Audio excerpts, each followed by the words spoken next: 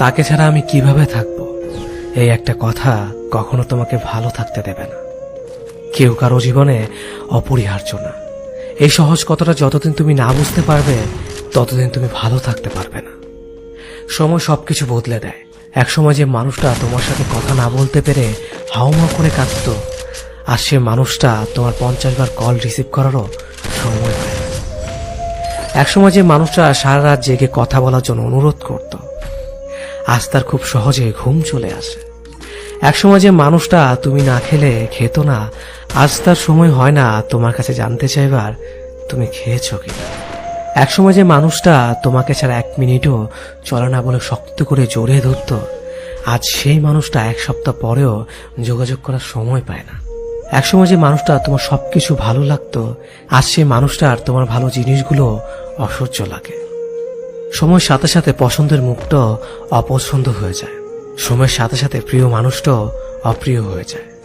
সময়ের সাথে সাথে প্রিয় অভ্যাসগুলো অপ্রিয় হয়ে যায়। শুধু সময়ের সাথে সাথে ভালোবাসাটা ভুলে যাওয়া যায় না।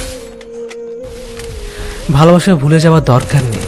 শুধু যে মানুষটা এত সহজে বদলে গিয়ে সব স্মৃতি, কমিটমেন্ট, আবেগ, অনুভূতি, ভালোবাসা ভুলে গেল, তাকে মনে করে আর কষ্ট পাবে না। ভুলে থাকার চেষ্টা করো, দেখবে একদিন মনটা ঠিক শক্ত হয়ে যাবে। যেমন লোহাকে বারবার আগুনে পুড়িয়ে আঘাত করে করে ধারালো অস্ত্র বানানো হয়, তুমি ঠিক তেমন আঘাতে আঘাতে ধারালো অস্ত্র হয়ে যাবে। সময় সব বদলে দেবে।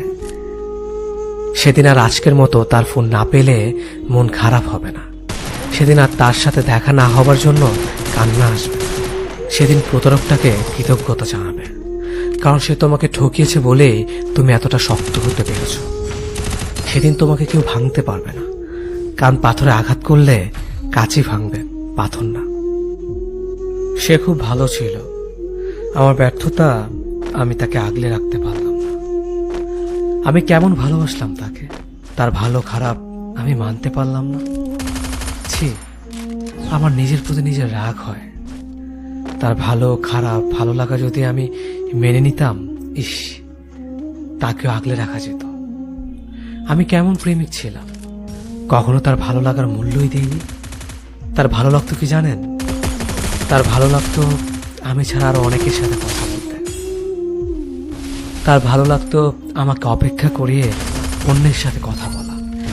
তার ভালো লাগতো আমি যেন তার রাগ ভাঙাই, আমার রাগ সে না ভাঙলেও চলবে।